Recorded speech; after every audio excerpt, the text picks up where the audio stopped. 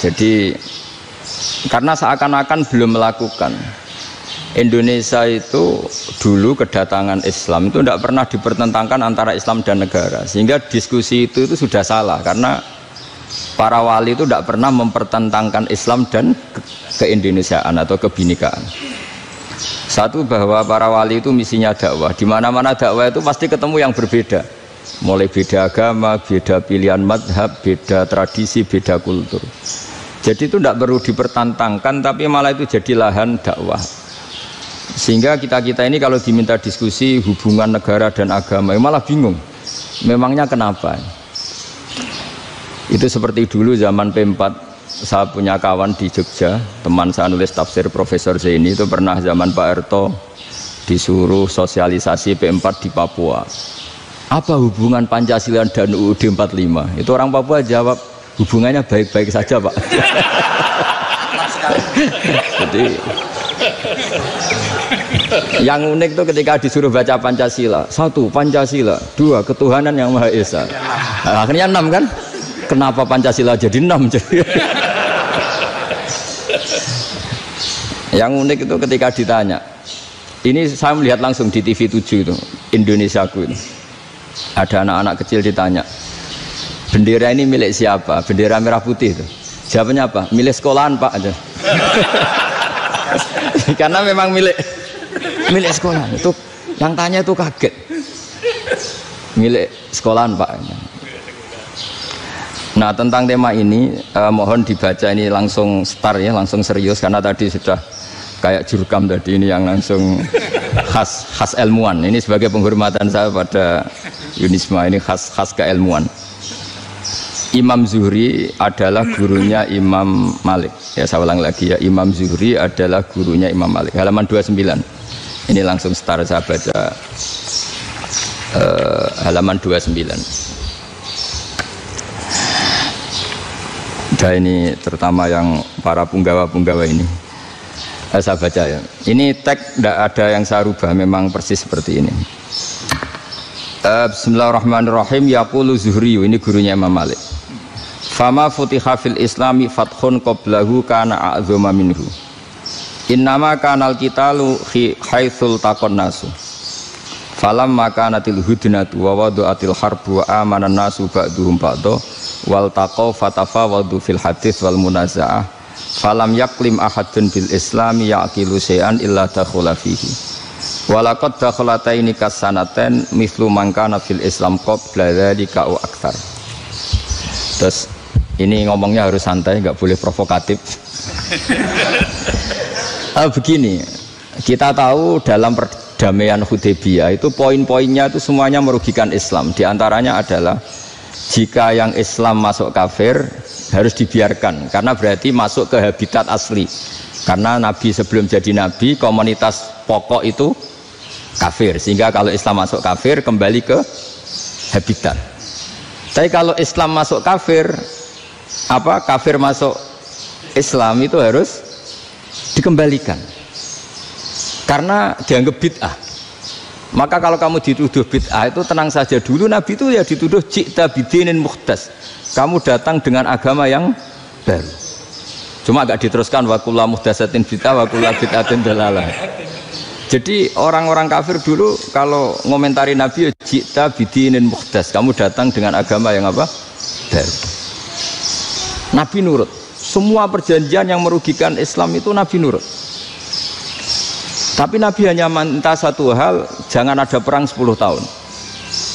Dan orang boleh seminar, boleh diskusi tentang Islam. Ya ini dengerin betul ini. Jadi saya tidak akan provokatif, ini pakai logika. Nanti bisa dipakai disertasi doktor. Tapi saya minta orang boleh diskusi, boleh seminar tentang Islam.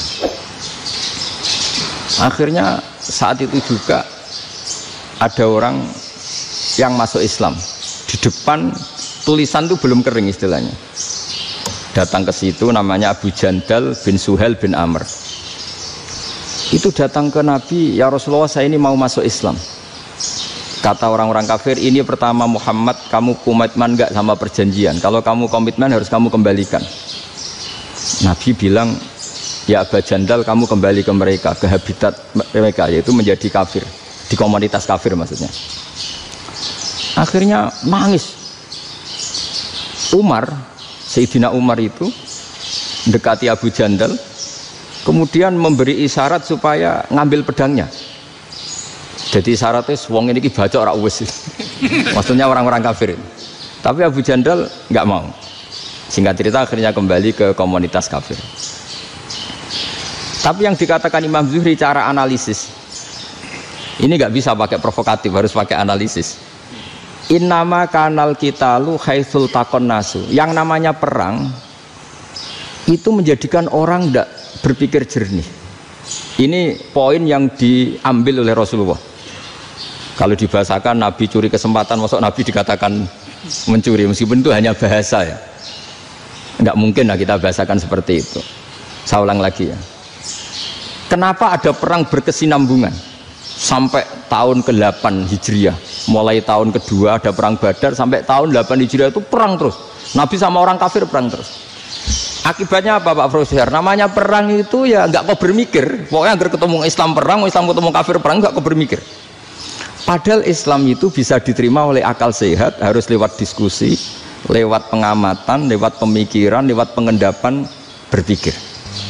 Makanya Nabi tahu ini masalah besar. Kalau orang perang terus, itu gak kober mikir Islam, tidak sempat diskusi tentang Islam. Makanya Nabi hanya minta satu poin. Oke, perjanjian ini saya turutin semua, tapi saya minta orang kafir semuanya boleh mendiskusikan Islam, boleh seminar tentang Islam.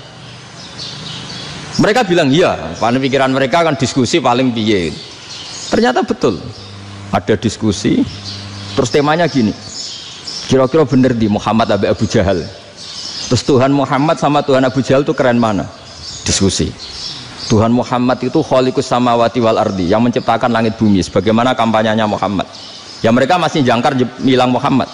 Kalau Tuhan kita, ya berhala itu yang kita bikin, yang kadang rusak, yang kadang kudanan, terus lumutan, pokoknya terus diskusi. Kita kok bener pengirannya Muhammad. Terus Muhammad Abu Jahal. Mulai dhisik Muhammad itu ratau bodoh nih. Mulai dulu Muhammad tuh gak pernah bohong. Abu Jahal, waduh, wis bodoh nih ngongkonan. Wis ribet kan? Dan semua diskusi itu mengarah ke kebenaran Islam. Akhirnya ngomong kafir sing tokoh-tokohnya cara Jawa yuk. Wah semane jebule masalah ini kan. Artinya gini, kalau kita ingin Indonesia damai, sebenarnya yang untung itu Islam. Karena Tuhan yang menciptakan langit dan bumi tentu gak akan diperbandingkan atau akan dikalahkan oleh Tuhan yang lahirnya saja sudah di bumi.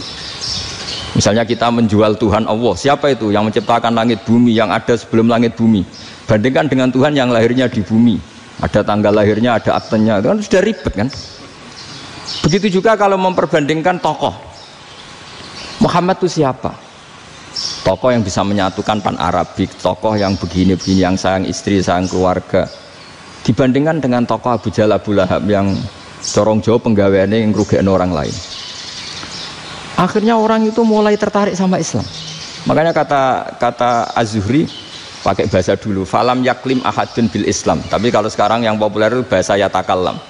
Sebenarnya yang benar itu bahasa kalimah yaklimu kalaman, karena masdarnya itu kalam, berarti sulasi nopo mujarrad. Tapi di fiilnya itu mujarradnya enggak kelaku. Jadi di fiilnya takallama ya takallamu, tapi untuk masdarnya yang kelaku kalaman. Jadi ini agak unik, agak enggak lazim. Sebenarnya kan takallama ya takallamu takalluman, tapi di masdarnya kalam populer, tapi di fiilnya tidak populer.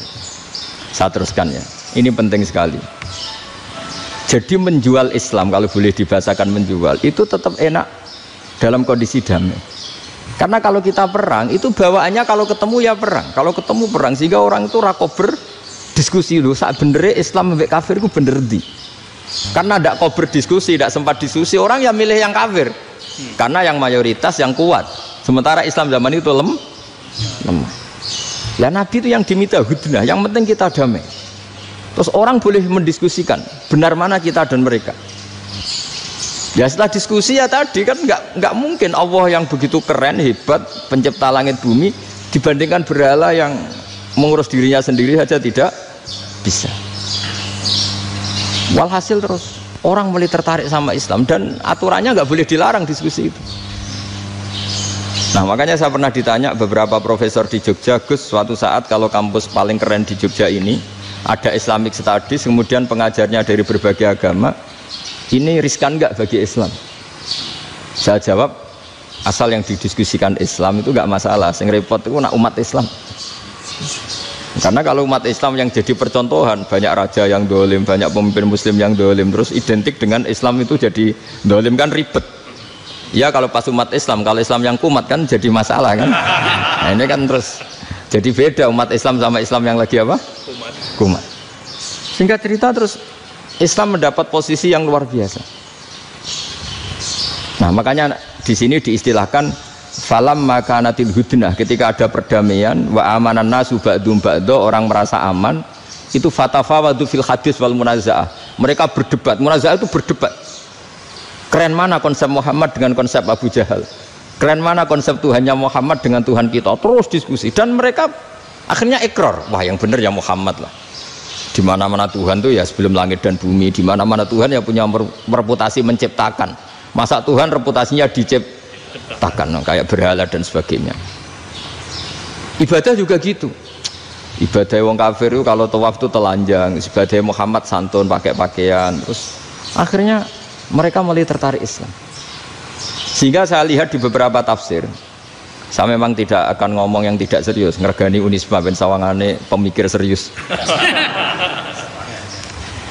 Di Quran itu sampean lihat di tafsir Tobari itu ada ayat bal naqdhifu bil haqqi 'alal batil fayadmaghuhu fa idza huwa zahid. Qadhafa itu kalau di kamus tak lihat itu takallama bila dalilin. Qadhafa itu ya pokoknya sekenanya. Artinya gini, kebenaran Islam atau kebenaran hak itu kamu taruh sekenanya saja itu tetap menang. Apalagi kamu taruh secara teratur, kamu taruh sekenanya saja itu tetap menang. Sehingga di sini banyak sahabat yang hidup di Cina. Sekarang juga banyak orang alim yang milih hidup di Amerika, banyak orang alim yang milih hidup di Inggris. Dan mereka pede, percaya diri, karena kebenaran itu kamu letakkan di mana saja, itu tetap akan menang, akan menemukan momentum kemenangannya.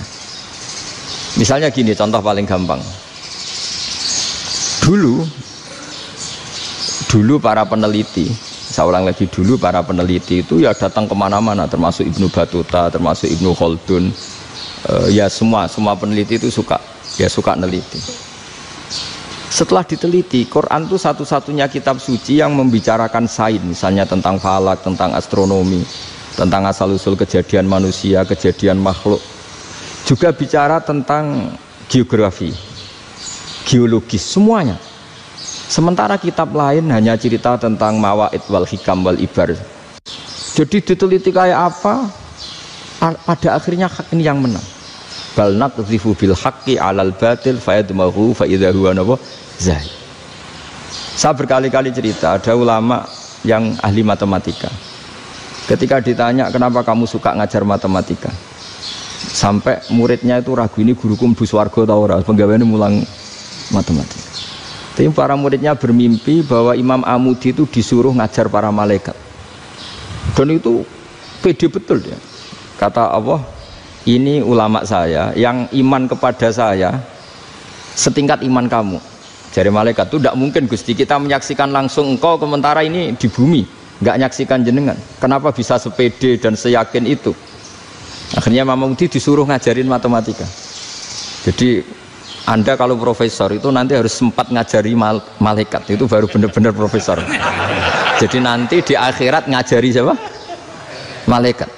Jadi ada seminar yang melibatkan banyak malaikat, narasumbernya itu seorang profesor.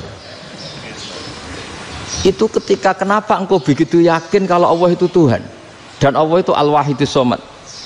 Terus Imam Amudi mulai nulis angka agak beraturan. 2, 3, 4, 5 sampai 1 miliar, 1 triliun, semuanya enggak beraturan.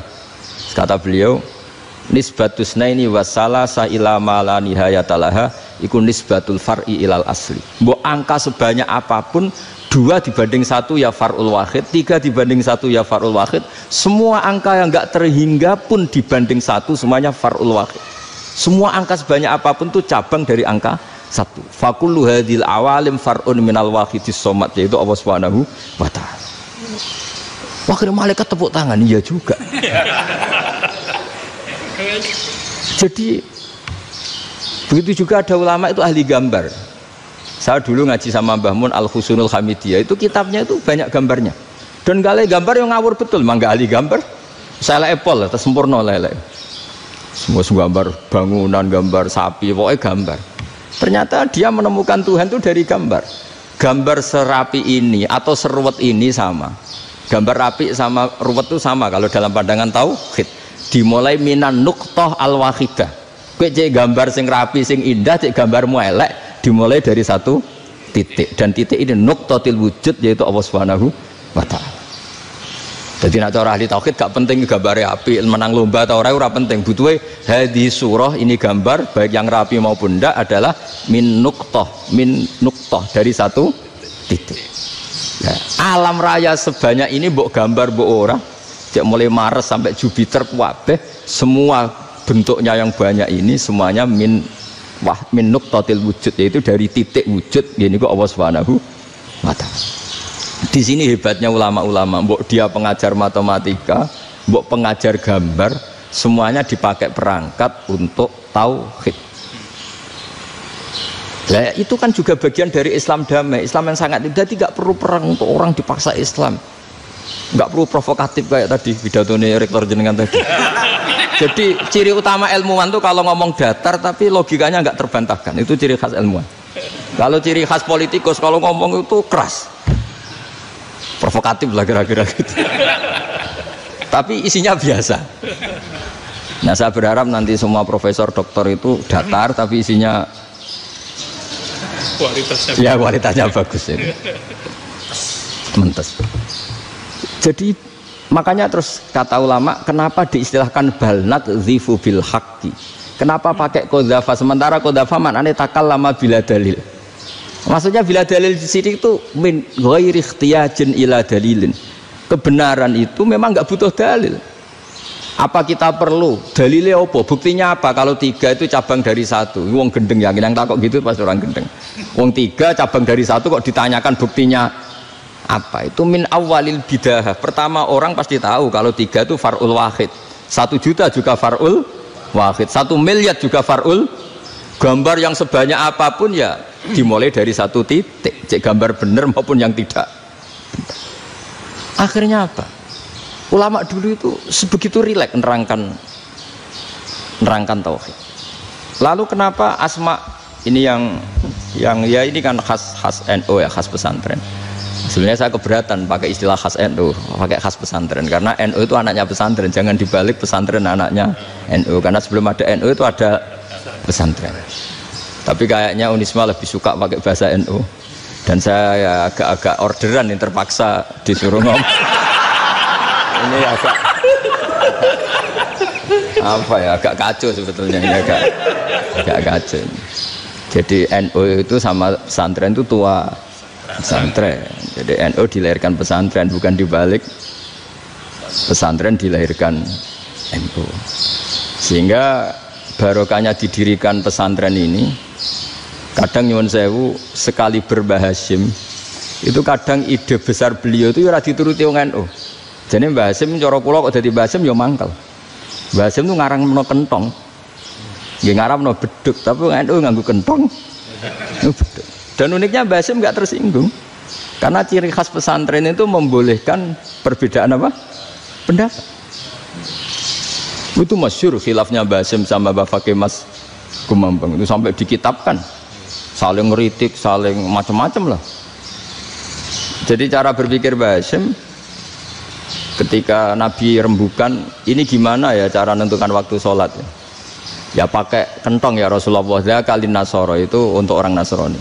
Ya pakai buk itu trompet, zakalil Yahud itu untuk orang Yahudi. Terus ada yang lagi pakai api ya Rasulullah, zakalil Majusi itu orang Majusi. Setelah itu ada orang datang lari-lari cerita mimpi azan tadi. Ya itu terus dipakai sarana pemanggilan sholat ya azan itu. Sehingga Mbah Hasyim menolak kentong. Karena mantas sababi qaumin fahuwa minhum. Beliau keras sekali sampai bilang haram. Beliau judulnya ya haram. Al-Jasus Antakrimin Nakus. Setelah naskah itu sampai ke Mbah Fakih Mas Kumambang di Gresik situ, di daerah Dukun situ. Dulu nggak ada WA ya, jadi sampainya ya lama. Makanya saya sampai sekarang nggak punya WA, karena ya saya ulama kan, kalau WA-an terus ya jadi ulama. Nggak jadi ulama, main WA-an terus itu. Nah itu termasuk rektor nggak kau bermikir itu mesti kebanyakan WA. Karena kan otaknya didikte oleh sesuatu yang masuk. Sesuatu yang dilihat itu kan pasti mendikte kita. Beda kalau yang enggak WA-an kan mikir apa kita yang menentukan. Kalau WA-an kan kita ditentukan. Mau mikir anaknya butuh apa, gara-gara WA informasi Jakarta mikir Jakarta. Padahal secara kewajiban ngapain kamu orang Malang mikir Jakarta. Gara-gara WA mikir Jakarta belum selesai ada berita di Sulawesi, mikir Sulawesi. Habis itu mikir NTT. Makanya semua orang sekarang merasa tokoh nasional gara-gara informasi yang masuk itu nasional. Jadi Mas Yo RT yang mikir gimana Gus Indonesia kok. Padahal RT loh. Sampai lupa kalau dia itu RT. Jadi semua orang sekarang merasa tokoh nasional. Nah, itu gara-gara apa coba? Akhirnya semua orang juga punya ide tentang nasional. Harusnya negara itu gini-gini. Jebule wonge sing duwe ikon itu sapa? RT. Ribet kan? Saya teruskan, setelah naskah itu sampai ke Kiai Fakih Mas Kumambang, beliau itu marah besar. Ini harus dilawan, dan saya bukan karena benci Mbah Hasyim. Beliau teman saya ketika ngaji Kiai Mahfud di Mekah. Jadi Mbah Fakih dan Kiai Hasyim itu teman ketika ngaji di Mekah. Secara ngelawan tuh lucu, gak ilmiah, tapi gak ilmiah wong alim tetap ilmiah. Di mana-mana serupa itu tidak sama. Ya kalau mungkin zaman Nabi di Madinah itu, zaman itu kentong itu identik dengan milik Nasrani. Di Indonesia beda. Pos kampling ya kentong, kebakaran ya kentong, wae sarapan orang di LP ya pakai kentong. Jadi tidak ada jaminan kalau kentongan itu identik dengan Nasrani. Lalu haramnya di mana? Yang di mana-mana tasabuh itu identik. Ini tidak identik. Mulai masalah kan? Mulai masalah. Jadi beliau gaya judul Hazruus. Hazruus itu kepala bergeleng-geleng. Sekarangan kok ngene. Jadi sekarangan kok provokatif gitu. Nah, dan itu Mbah Hasyim ya hormat Mbah Fakih hormat Mbah Hasyim. Saya sendiri secara pribadi itu lebih suka pendapat Mbah Hasyim sebetulnya. Karena bagi saya sholat itu sakral, ya sudahlah kalau sakral ya dipanggil dengan sesuatu yang sakral yaitu kalimat thayyibah adzan. Tapi saya tidak akan bilang kalau kentongan itu haram. Karena kalau haram alasannya mirip orang Nasrani. Sementara pos kampling ya pakai kentong, ada banjir ya kentong, ada kebakaran ya kentong.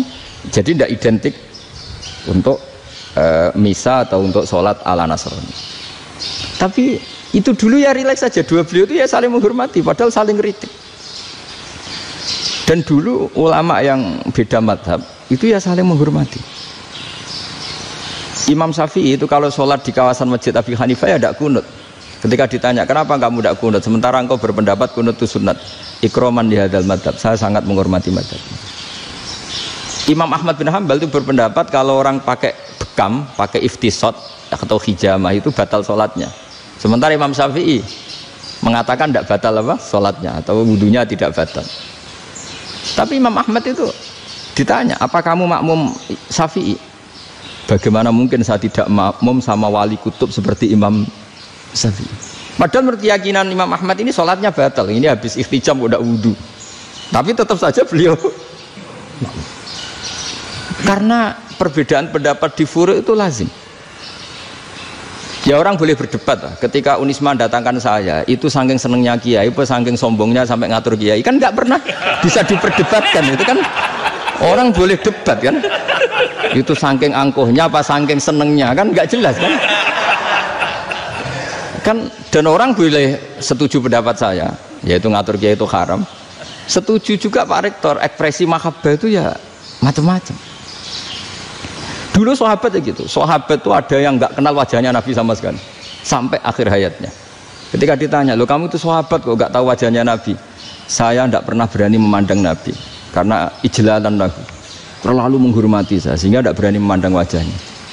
Ada sahabat yang penggawaannya dulu wajah Nabi sampai bisa nyifati. Alfiu faminunil hajib sampai bisa nyifati detail karena delok wajah Nabi itu ibadah.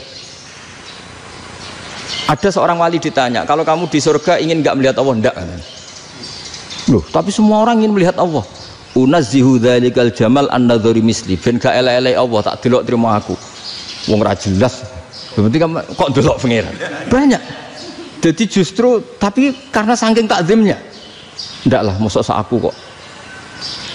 Makanya saya berkali-kali cerita, menurut kesepakatan ulama, soft awal itu paling baik. Tapi banyak juga wali yang kalau sholat itu di belakang.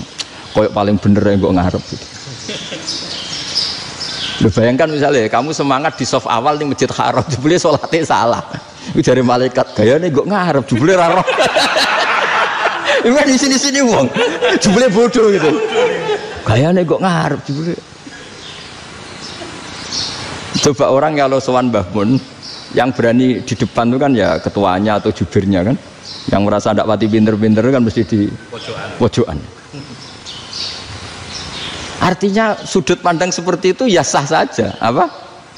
Sah saja. Makanya banyak sahabat yang jarang sowan Nabi, alasannya takut ganggu Nabi. Banyak yang sering sowan Nabi, alasannya seneng Nabi. Yang sowan ya seneng Nabi, yang nggak sowan alasannya seneng. Loh, Nabi itu tokoh, punya keluarga, punya anak. Kalau saya sering sowan berarti sering ganggu. Yang sering sowan dia alasan ini khazanah kita harus istifadah. Jadi zaman dulu dia biasa dua sahabat, yang satu milih mahabbah itu milih sering sowan, yang satu juga mahabbah milih tidak sering. Karena pertanyaannya bisa dibalik kan, sering sowan apa sering ganggu coba. Nabi Abedar, assalamualaikum. Nabi nimang cucunya, assalamualaikum. Ayo bener yang sowan apa bener yang enggak kalau seperti itu. Akhirnya terus diatur sedemikian rupa oleh Quran. Walau annahum sabaru hatta takhruja ilaihim lakana khairal lahum. Jadi sahabat kalau mau sowan Nabi ya nunggu di Sufah. Kalau Nabi keluar berarti milik publik. Sekali masuk ke dalam tidak ada berapa yang berani sowan. La tadkhulu buyutan Nabi illa ayyudzana lakum. Kalau soal sampai masuk dalam harus nunggu dipanggil. Karena sekali Nabi masuk dalam itu milik privat keluarga, milik istrinya, milik cucunya, milik keluarganya. Dan Nabi sekali keluar ke ruang itu berarti milik publik. Itu terus jalan tengah. Karena kalau langsung masuk, bayangkan saya itu sering menyaksikan. Mbah Mun habis ngaji 2,5 jam ngaji Jalalain, baru masuk, assalamualaikum. Padahal yai mungkin mau ke kamar mandi, mau ini itu. Jadi dulu itu Quran sangat modern. Sebelum ada dokter ngatur tamu, rektor ngatur tamu itu Islam sudah modern. Dia kan nggak fair kan? Misalnya saya ke Unisma harus janjian pakai ini, terus kalau misalnya kesini selonang-selonang kan lucu kan, mentang-mentang kiai terus juga sowan-sowanan selonang-selonang. Padahal kalau kita mau ke mereka pakai protokol, sering tidak fair dunia ini. Tapi karena aku kiai oleh gelo ya sudah. Akhirnya saya memutuskan gak gampang kemana-mana karena itu. Saya sering didatangi ajudannya menteri, Gus mau ada tamu dari Jakarta tanggal ini, mesti saya bilang, mereka milih tanggal yang mereka kosong. Kok tidak mikir apa pas itu kosong? Tak jawab enggak lah, sebelum diatur bahasanya dan tawaduknya gitu. Akhirnya dibalik, datang lagi, Gus jam jenengan kosong apa kita menyesuaikan. Lah itu lagi di akhlak kata saya. Itu baru punya akhlak katanya. Bukan masalah ini, bukan masalah gengsi ya. Saya sendiri itu dolan ke alumni itu jarang karena ya takut. Kiai kan yo nganggur jam 09.00 nganggur, jam 10 nganggur. Bisa saja alumni itu kerja di pabrik, bisa saja yang latihan ekonomi di pasar. Jika kalau saya datang jam 9, iki kiai sing nilai santri ini, apa kiai sing ganggu santri. Nah karena orang ini melakukan rutin gak kok berpikir, pokoknya ngono jenenge silaturahim. Mau nyerah kok berpikir, padahal kalau diangen-angen ini kiai yang nilai santri ini, apa kiai yang ganggu santri ini karena datang di jam kerja. Nah, bayangkan kalau kebenaran dulu itu dikawal oleh satu peradaban perang.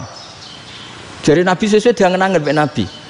Perang Badar menang Nabi, perang Uhud menang wong kafir, perang ini gonta-ganti. Apapun itu yang penting satu kesimpulannya, cara Rasulullah kesimpulannya satu, orang tidak kober mikir kebenaran secara mengendapkan pikiran dengan pikiran jernih. Maka hebatnya Nabi ketika perjanjian, pokoknya saya minta nggak ada perang dan orang boleh mendiskusikan Islam. Itu luar biasa idenya Nabi, karena bawaan perang itu orang kan nggak kober mikir. Ibarat seorang misalnya seneng satu perempuan, ketemu rivalnya langsung perang kan gak mikir. Tapi kalau kau bermikir, dia ngenangen cawe wedok iku ora seneng aku. Untungnya apa untuk wong ayu ora seneng, malah mau loro hati. Terus sudahlah, buruan dialihkan kemana kan gitu. Itu nak mau amen WA-an tukaran lewat SMS atau tarung langsung ora kau bermikir. Tapi kalau kau bermikir, akhirnya berpikir nih. Perempuan tadi sebenarnya yang disenangi siapa? Oke, ternyata senang Pak Erick. Sudah kita ngalah. Karena tidak ada nikmatnya kan menikahi perempuan yang sama sekali tidak mencintai kita. Tapi kalau nak kau berpikir pokoknya diprovokasi, wah gue kalah mbek A, gue kalah mbek B. Pikirannya kan ojo sampai kalah. Bareng wis menang ternyata ada lah. Nah, bayangkan Islam itu seperti itu dulu, dipertarungkan.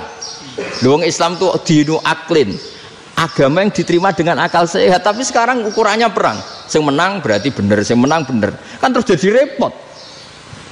Dan itu Nabi tidak ingin, makanya Nabi ingin sudahlah, nggak ada perang. Nah, makanya kata Imam Zuhri, fathul Islam terbaik adalah orang boleh diskusi tentang Islam dan tidak ada perang. Lagi-lagi penting, tidak perang itu penting, silmun itu penting, perdamaian itu. Setelah tidak ada perang, akhirnya fatafawadu fil hadis wal munazah, orang boleh diskusi apa saja, termasuk boleh adu polemik. Konsep satu Tuhan dan Tuhan banyak diperdebatkan. Akhirnya Nabi secara rileks bisa menjelaskan, Muhammad, urusan kita banyak. Kalau Tuhannya satu tidak cukup, Tuhan harus banyak untuk menyelesaikan berbagai urusan. Ada Tuhan bagi rektorat, bagi macam-macam kan. Ada Tuhan untuk ngurusi utang, ngurusi BPKB, macam-macam. Terus kata Rasulullah, enak saja Nabi jawabnya. Ya kalau kamu punya majikan banyak, perintahnya beda-beda, kamu mangkel enggak, bingung enggak? Ya susah mat, kalau majikannya banyak, perintahnya beda-beda, kita jadi repot. Seneng mana? Seneng majikan satu. Ya sudah, Tuhanmu itu majikan kamu. Kalau Tuhannya banyak, perintahnya macam-macam, kamu yang repot. Akhirnya sudah mat, Tuhannya satu aja. Nah, itu ya barokahnya diskusi tadi, barokahnya enggak perang. Daraballahu mathalan rajulan fihi syuraka'u mutasyakisuna wa rajulan salamal lirajul hal yastawiyani masalah. Terus alhamdulillah. Jadi orang yang paling kafir pun saat itu taslim. Nah, ini kembali ke kalimat la ilaha illallah. Saya tidak perlu provokatif, pasti teori saya itu benar. Bukan saya bilang benar itu karena sombong, enggak. Ini sesuai teks. Misalnya begini, benar enggak kelompok takfiri yang suka ngafirkan orang lain? Itu pasti tidak benar. Logikanya gampang. Orang yang kafir 70 tahun saja dengan melafadzkan la ilaha illallah menjadi muslim. Masa dengan kalimat yang sama yang muslim menjadi kafir? Itu logikanya kan nggak ketemu. Orang kafir 70 tahun untuk menjadi muslim disuruh baca apa? La ilaha illallah. Tapi gara-gara baca la ilaha illallah nyekel patok jadi kafir. Pertanyaannya, loh ini kalimat apa? Kalimat untuk mengkafirkan apa kalimat untuk mengislamkan? Karena yang kafir dengan kalimat itu menjadi Islam, ternyata yang Islam dengan kalimat itu menjadi kafir. Itu ketemu nggak? Cara logika itu kan nggak ketemu kan? Makanya cara pikirannya Abul Hasan As-Sadzili, dan saya setuju pikiran itu. Istighfar ini boleh orang Jawa Timur protes karena kadang beda manhaj, tapi jangan protes saya, protes Abul Hasan As-Sadzili, kualat mesti sampean. Ketua Torekoh napa? Sadziliyah. Cara madzhab Sadzili, dan Anda boleh berbeda madzhab, mencari khasnya wong kampus sing wani beda. Beda kapasitas lah, pokoknya butuhnya beda. Dan ketok pinter, ketok kritis tuh. Cara madzhab Abul Hasan As-Sadzili itu gini Pak Rektor. Jadi istighfar itu baik, tapi ba'da kamali tauhid, setelah tauhidnya itu benar. Alasan beliau masuk akal. Ketika ada ayat fa'alam annahu la ilaha illallah wastaghfir li dzambik. Bihadil kalimah. Jadi orang boleh istighfar setelah tauhidnya benar. Alasannya Abul Hasan As-Sadzili begini. Qul lil ladzina kafaru iyantahu yughfar lahum ma qad salaf. Katakan kepada mereka yang kafir, sekali mereka tidak kafir, maka otomatis dosanya masa lalu diampuni. Pertanyaannya, yang bisa menghentikan kekafiran itu kalimat apa? La ilaha illallah. Dengan hanya melafadzkan la ilaha illallah Muhammadur Rasulullah, langsung yughfar lahum ma qad salaf, langsung dosanya diampuni. Berarti yang menjadi pengampun dosa lah, penyebab pengampunan itu apa? La ilaha illallah. Itu bahkan orang kafir belum istighfar. Loh, di ayat itu kan Allah gak mensyaratkan setelah la ilaha illallah istighfar baru diampuni, enggak. Asal la ilaha illallah langsung yughfar lahum ma qad salaf. Saya ulang lagi ya, jelas ya. Jadi kulil ladzina kafaru iyantahu yufar lahum maqad. Nah sekarang iyantahu, mereka berhenti dari kafirnya. Syaratnya pakai apa? La ilaha illallah Muhammadur, itu langsung yufar lahum maqad. Artinya apa? Ghufranullah itu bisa didapat hanya dengan mujarrodut tauhid, yaitu hanya dengan melafadzkan kalimah thayyibah. Dan sahnya istighfar juga berdasar kalimah thayyibah itu. Misalnya gini, orang kafir sebelum Islam melafadzkan astaghfirullah, astaghfirullah, astaghfirullah, kira-kira diterima enggak? Enggak kan? Karena syaratnya istighfar ba'dat tauhid. Nah makanya dalam adab Sadili istighfar itu setelah la ilaha illallah. Karena cara pandang ya seperti itu. Jadi fa'alam annahu la ilaha illallah wastaghfir li dzambi. Jadi dengan kebenaran tauhid saja ini sudah cukup kita insya Allah layak diampuni. Karena innallaha la yaghfiru ayyusyraka bihi wa yaghfiru ma duna dzalika liman yasha. Jadi orang yang tauhidnya benar itu bisa diampuni Allah asal tauhidnya benar. Itu Allah ngendikan liman yasha wa yaghfiru ma duna dzalika liman yasha. Dawe Imam Suyuti walam yakun liman yastaghfir. Jadi orang yang bertauhid secara benar meskipun gak sempat istighfar itu tetap potensi diampuni. Karena bawaan tauhid itu sudah menjadi layak diampuni. Kayak orang kafir sekali ngelafatkan kalimat tauhid mbok gak istighfar langsung diampuni. Nah karena melihat seperti itu terus orang berlomba-lomba memperbanyak jumlah lafaz la ilaha illallah.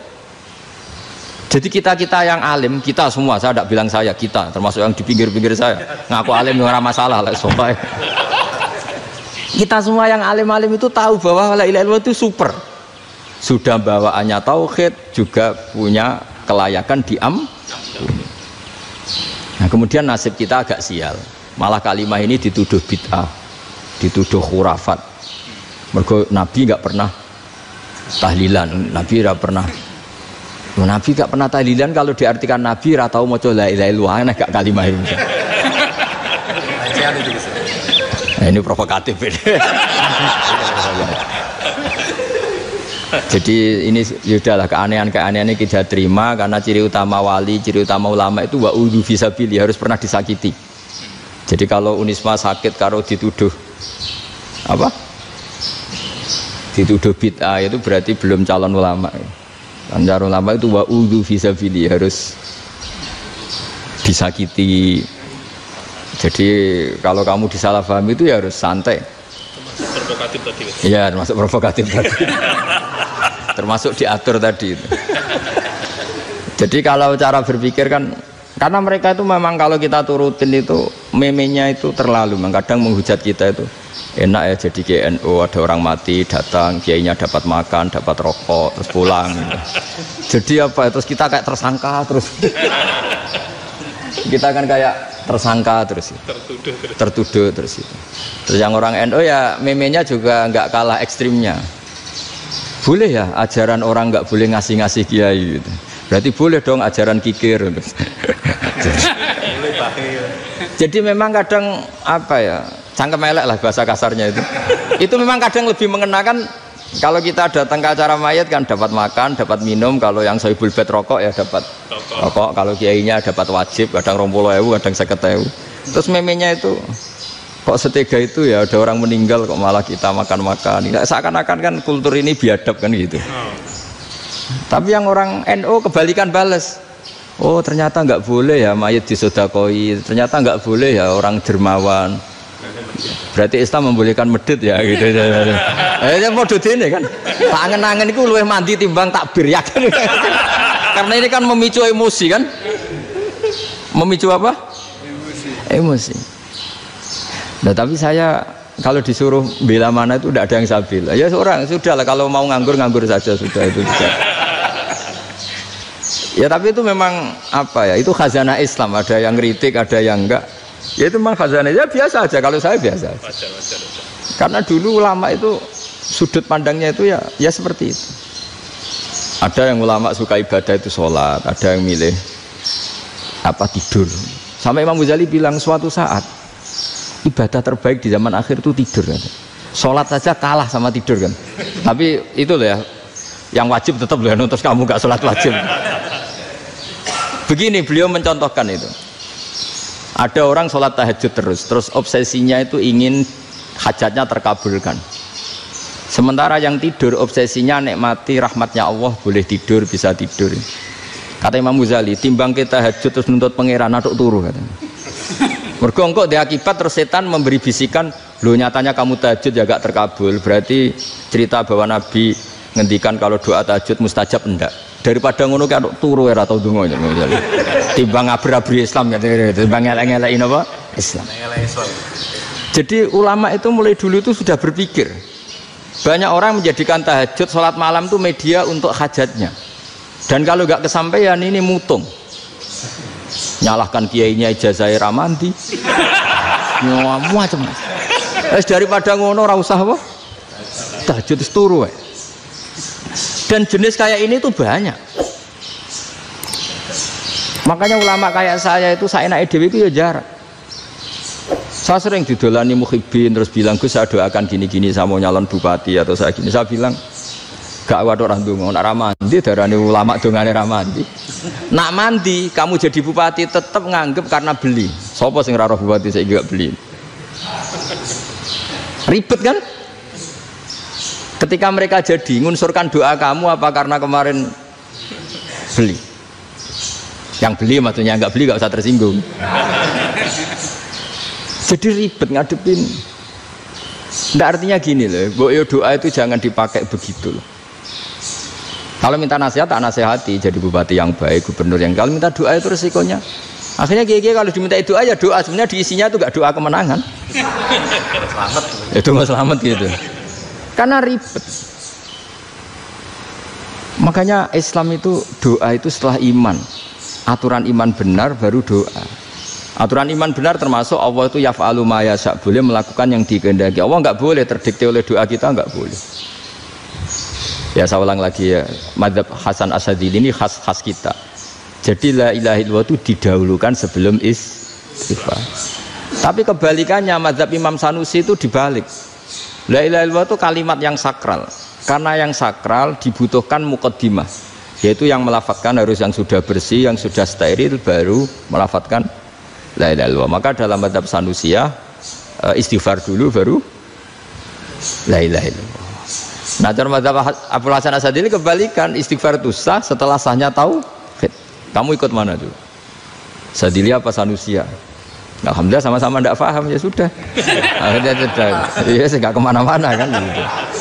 Jadi apa ya? Terus ini saya teruskan, ini biar khas pesantren atau khas NU lah, kalau bahasa Pak Rektor khas NU. Ini Ben sampean tahu beberapa perbedaan itu lazim, halaman 24. Ya, halaman 24 sama 25. Tak baca, ini masih orisinil. An Sufyan bin Uyainah, ini juga gurunya Imam Syafi'i. Kata Sufyan bin Uyainah, beliau cerita, kana Isa wa Yahya alaihi masalam ya'tiyanil qaryah fayas'alu Isa an syirari ahliha wa yas'alu Yahya an khiyari ahliha. Jadi Nabi Isa dan Nabi Yahya itu satu generasi, sama-sama masih muda. Kalau di satu kampung yang Nabi Yahya tanya, ini keluarga terbaik siapa? Saya mau nginap di situ karena kumpul orang baik itu nyaman. Kalau Nabi Isa kebalikan, keluarga terburuk mana ya, saya tak di situ. Nah terus akhirnya faqala lahu Yahya lima tanzilu ala syirarin nas, kenapa kalau kamu bermalam kok malah kumpul orang-orang yang nakal? Innama ana tabibun udawil mardo, saya ini nabi ibarat dokter, di mana-mana dokter yang ngumpuli yang sakit, ngobati yang sakit. Makanya di NU itu ya banyak kiai jazab mengumpuli yang nakal-nakal. Nak tepak yang ngentas yang nakal, nak ra tepak ya katut. Ini adu nyali lah sudah gitu. Tapi itu ada ilmunya, yaitu niru Nabi siapa? Isa. Kalau kamu dokter penelitian itu cari daerah yang banyak pandemi apa yang bersih? Yang banyak pandemi, karena yang namanya penelitian ya di situ kan. Kalau kamu dakwah ngentas kemiskinan, ke daerah miskin apa daerah kaya? Nah sama, kalau ngentas kefasikan ke daerah fasik apa daerah orang soleh? Fasik. Ya, tapi itu Nabi Isa. Nah kalau kamu tidak Nabi kan potensinya kan ngadut itu. Tapi setidaknya bahwa kita sering disalahkan karena punya beberapa tokoh yang ngancani fasik-fasik, itu sebenarnya ada dalilnya, yaitu Nabi siapa? Isa. Nah terus masalah tegas dan lunak. Ketika ada mahasiswa misalnya pacaran, boncengan lanang dan perempuan, Itu pilihan kita apa? Kalau tegas, terus gak mau mendengar kita. Misalnya gini contoh gampang, tak beri contoh Pak D. Jangan orang tua, nanti secara fikih itu beda. Nah ini kan kita orang pesantren, biasa ngaji fikih detail. Kamu Pak D seorang perempuan, mahasiswi misalnya, sering pacaran. Setiap ke situ sama pacarnya kamu diam saja. Padahal kamu dosen keislaman. Mesti pamanaan kamu nyimpulkan, ternyata pacaran itu tidak apa-apa. Buktinya Pak D itu tidak negur, menengahi. Ini berarti as-sukut alal mungkar. Tapi kebalikannya, Pak D ini terkenal keras. Nak rono mesti radiaku ponaan. Akhirnya yura rono. Mesti ngerti nak mesti diamuk. Nah, dua orang ini sama-sama gagal kan? Yang lunak menjadikan ponaannya pacaran terus karena enggak negur sehingga dikira membolehkan. Sing keras juga gak sempat bina wong rono era wani.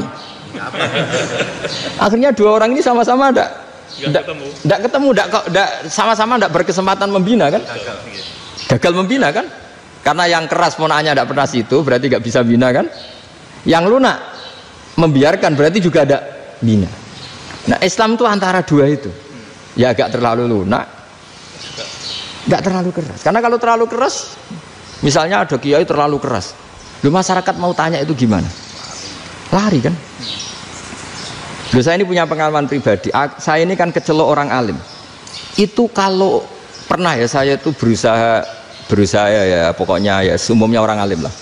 Tenang, terus anteng, enggak gejlok-gejlokan. Itu enggak ada yang tanya. Saya mimpi ketemu beberapa ulama itu disalahkan. Terus umat saya kalau mau tanya itu ke siapa? Wong alim wis wibawa, meneng tambah banget wibawane. Bala Quran sering gojlok rektor macam-macam. Terus wong wanita kok, saya biasa ke pasar pandangan dicegot orang. Gus, putri saya itu sering keluar darah tapi melebihi batas haid gini-gini. Kalau badhe sowan jenengan, gak usah sowan ning kene mbek ngadeg-ngadegan. Terus tanya, yang haid berapa hari, Gus? Ya supaya rudat ilal adat sebelum dia punya penyakit istighadah itu berapa? 6 hari ya sudah, kembali 6 hari lainnya mustaghadah, tetap sholat, tetap normal. Tapi kalau saya wibawa, mau pasar gue tasbih seduwilu. Iku mesti wong salaman njaluk donga yakin. Tapi baru kayak rada uraan ketemu wong-wong, dol pening ndi? Maaf pening ndi? Gus beneran Gus ketemu jenengan kula wingi badhe tuwa kok. Akhirnya tanya. Dadi uraanku iku amdan. Lha nek sampean asli, iki asli uraan. Karena ada uraan lah tetap tidak wibawa kan. Jadi baru kayak uraan itu ya banyak. Saya itu kalau ngantor di Jogja itu banyak orang yang tanya. Ya biasa tuh banyak macam-macam. Karena saya uraan. Ke pasar ya orang, bahkan di bis sering ketemu orang. Wah beneran Gus kalau badhe sowan jenengan badhe tanya ini. Ya sudah di sini aja. Jadi semua itu diilmoni. Nabi itu punya sisi yang dua-duanya jalan. Memang beliau luar biasa, dipilih Allah yang luar biasa. Nabi ketika wibawa itu banyak sahabat yang bahkan mengenali wajahnya aja tidak bisa. Ka'anna ala ru'usihim at-tayr. Bayangannya seakan-akan di kepalanya itu ada burung yang takut terbang, saking antengnya. Tapi Nabi sekali mengeluarkan job, sekali santai, itu sahabat tanya itu sampai yang nggak pantas ditanyakan. Nabi saat tadi kumpul istri saya, tapi tidak inzal itu wajib mandi ndak. Aro'aita law anna ahadana ya'ti imra'atahu wa lam yunzil. Itu ya ditanyakan. Nabi pun kumpul dia betul saged inzal sepundi. Guys betul lagi. Terus ya ada yang tanya macam-macam. Ya saking ada sahabat dipanggil Nabi tambah lari, dipanggil lagi tambah lari. Panjenengan nyeluk, oh pas kula kumpul bojo kula. Lah kula kuwatir jenengan orang suci, saya belum mandi, makanya saya lari. Nabi ngendikan innamal mukmin thahir, ya nak masalah ketemu kiai ra apa-apa ijek junub. Sementing kok nak salat ya dusik. Tapi Nabi sekali pakai madzahirul jalal, tapi pakai wibawanya, itu orang enggak berani ngomong. Tapi sekali Nabi rileks, itu orang bisa tanya apa saja, termasuk halal yang enggak pantas. Lalu ada sahabat itu tanya lucu, tanya Maimunah. Maimunah itu ya cantik tapi sudah agak tua lah. Maimunah, ya umal mukminin, hukumnya ngambung bojo pas Ramadan piye? Wah gak roh aku, gak tahu diambung kan Nabi pas Ramadan. Tanya Saudah, wah malah orang-orang diambung. Kalau Saudah itu kan wis tuwa itu. Lucunya istrinya jawab, tanya Aisyah yang mungkin Nabi. Iya, yang mungkin tanya Aisyah. Itu yang usulnya istrinya Nabi Maimunah. Selalu Aisyah. Tanya Mbak Aisyah. Ya Amiral, ya umal mukminin gini-gini. Aisyah yang cantik masih perawan kan. Qabbalani Rasulullah bahwa Nabi biasa ngambung-ngambung pas Ramadan dan beliau tetap puasa. Akhirnya fakih ngarang kan wa takbil fi Ramadan wa tublah la tubtilu shauma ngambung ora. Iku ya udah biasa di sini. Ya nasib bojone ayu. Nah ini artinya seasik itu gitu. Jadi garwane Nabi sing ngrasa rodok tuwa. Wah, aku ora tau. Kok iso ae. Serilek itu dulu itu. Maksudnya orang Islam pertentangan itu. Maksudnya ini ya balik semua ini bedanya orang pesantren sama orang kampus. Kalau orang kampus mau cerita agama itu rahmatan lil alamin, tapi nyontokno rileke ora iso. Agama itu rilek, tapi nyontokno rileke ora iso. Mergo ya rapati ngaji. Contohnya ora iso, tapi mau gawe kaidah mau Islam itu rahmatan. Jadi Nabi itu lah, Allah juga gitu. Allah itu kalau sudah memperlihatkan madzahirul jalal itu mbok malaikat Jibril rawani ketika Allah dengan madzahirul jalal. Tapi kalau Allah dengan madzahirul jamal, madzahirul apa? Jamal. Iku yo gojok-gojok kan ambek makhluke gojok. Yo buli-bulian cara sakniki. Ya sampean delok ning hadis syafaat itu, akhiru man dakhalal jannah atau akhiru man kharaja minan nar itu di beberapa judul. Ada seorang rojul yang ahli neraka ya, dintas mbek pangeran terus didudono swarga.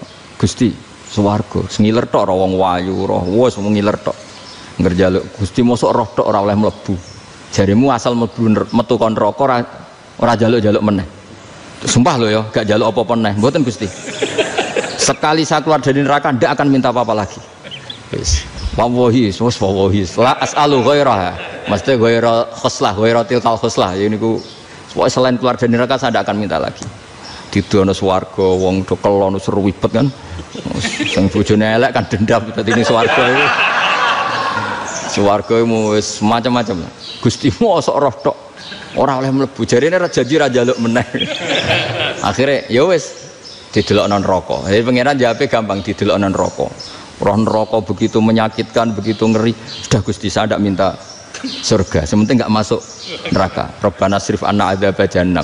Setelah lama itu diadepno swarga njuk mlebu swarga terus diadepno nang neraka akhirnya ya sudah saiki mlebu swarga gak apa-apa iku jawabe lucu atas tazi jenengan ngenyek kula mengkarwan ahli swarga kok mlebu swarga terus akhirnya mlebu swarga kan mlebu swarga tamanna sangen-angen sing mbok jaluk apa barang angen-angen yang indah-indah laka wa asratu amsal ya siku tak turuti wa asratu amsalih lan lipatan ke-10 jawab wong lanang ya lucu atas tazi ubi wa anta rabbul alamin jenengan pangeran kok ngenyekan maksudnya wis karuan aku ora pantes terus dari pangeran la astazi ubika walakinni alama asya'u qadir aku gak ngenyek kowe pancen aku pangeran nuruti kowe iku iso jadi Allah sendiri ketika dengan madzahirul jamal itu malaikat ya ono sing wani bantah masyhur itu kan malaikat sing bantah pangeran atas alufia mayufsidu fiha wasfikut karena Allah dengan madzahirul jamal yang paling masyhur Nabi Musa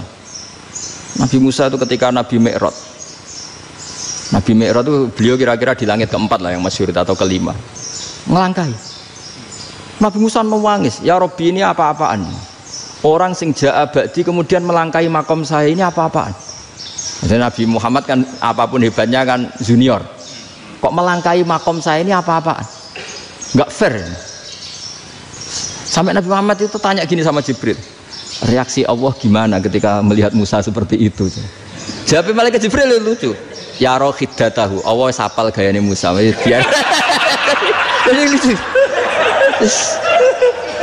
ya dibiarin aja sama Allah tapi yang jenenge Nabi Musa itu kekasihnya Allah tetap berkah bagi kita betul ketika setelah Mi'raj diwajibkan sholat 50 gentenan Nabi Musa kelihatan nabinya sebenarnya Nabi Musa itu sebetulnya loh gak nguntungkan kita sebetulnya tapi yang nguntungkan sebenarnya tidak niat nguntungkan kita tapi nguntungkan Nabi Ibrahim kan di langit ke-6 keren lah konti dong ketemu Allah ngeten-ngeten kan sholat seket karena Nabi Ibrahim terkenal Nabi baik tidak bantah bareng Nabi Musa kenapa itu celok pengira kalau kan sholat ping seket inna umataka la tutiku dalik wah gak kuat umat serai-rai gak umatmu orang arah kuat 50 rokaat tapi sebenarnya Nabi Musa itu niatnya bukan membela kita fa inna ummati la umatku sing gagah-gagah ra iso meneh umat berarti sebetulnya ya Itu masih pakai gengsinya gitu. Wes ngono-ngono lah sementing kita untung. Sebetulnya dia itu nggak terima. Wong umat saya aja yang lebih kuat, nggak kuat apalagi umatmu. Dan terus sebutin, irji ila rabbika fas'alhu takhfif. Itu berarti Allah dengan madzahirul jamal. Sudahlah, datang ke Allah minta keringanan. Allah itu baik. Minta, mbak Allah ya diringanan mau 5 tok, jadi cek 45. Balik ke Nabi Musa, piro 45, cek ra kuat umat. Wong umat kowe ra kuat, jadi sebenarnya dia bilang umat kowe ra kuat. Lho cara Nabi Muhammad model wong Malang, yo beda umatku mbek umatmu. Ribet kan? Beda. Lho Nabi Muhammad kan enggak seperti itu kan? Enggak punya akhlak Malang kan, akhlak. Maksudnya akhlaknya mujur itu loh, akhlak yang baik gitu loh. Ya akhlak yang mujur, bukan yang Malang gitu. Jadi Nabi ya manut. Tinggal 40 kan, dikurangi lagi 35 sampai 9 kali kan, masyhur itu. Ya kan kalau dikurangi 55 kan berarti turun naik kan 9 kali. Itu setelah 5 itu Nabi Musa aja usul, masih ragu. Itu cara Nabi munggah nentek. Ini entek ya. Terus iya doa tuntas betul. Sebebas. Terus munggah ado-ado laopo. Ngapain itu? Akhirnya Nabi Muhammad sudah sampun ya kalimah Allah, saya ini malu sama Allah Musa. Sudah 9 kali dan diturutin terus. Jadi Allah kalau dengan madzahirul jamal itu Nabi Musa biasa nego sama Allah. Tapi ketika Allah dengan madzahirul jalal itu Nabi Musa enggak berani. Yaitu di hadisus syafa'ah. Hadisus syafa'ah ketika manusia datang ke Nabi Adam, ya'tuna Adam. Ya Adam anta abul basar ngene isfa'li ana inda rabbik. Kamu saya minta mensafaati kita. Nabi Musa, Nabi Adam inna rabbi qad ghadibal yawma ghadaban lam yaghdab qablahu mislah wa la yaghdab ba'dahu mislah. Ini Allah sedang murka besar dan tidak akan murka seperti ini lagi. Sudah saya tidak berani, nafsi. Nabi Ibrahim enggak, termasuk Nabi Musa ketika itu ya enggak berani. Karena Allah dengan madzahirul jalal. Itu Nabi Musa enggak berani. Sudah saya sendiri itu pernah salah. Yaitu saya membunuh seseorang yang enggak disuruh oleh Allah membunuh itu. Yang pas jotosi orang Kipti. Akhirnya datang ke Nabi Muhammad. Pas ke Nabi Muhammad Allah dengan madzahirul jamal. Dengan madzahirul jamal sampai Kanjeng Nabi ngendikan analah saya akan memintakan syafaat kalian. Terus fa ahmadu rabbi bima hamida allamaniha rabbi. Saya muji Allah dengan pujian-pujian yang orang lain tidak tahu, hanya saya yang diajari, kata Rasulullah. Nah di sini menurut banyak ulama termasuk kitab yang saya baca, kenapa Muhammad sebagian namanya Ahmadu? Itu dari af'al tafdil fa Muhammadun ahmadu min ghairihi. Muhammad Rasulullah itu kalau muji Allah di atas cara mujinya Nabi yang lain. Jadi Ahmadu bukan dari fi'il mudhari' lil mutakallim tapi dari af'al apa? Tafdil. Fa Muhammadun ahmadu min ghairihi. Bahwa Kanjeng Nabi Muhammad sallallahu alaihi wasallam itu cara mujinya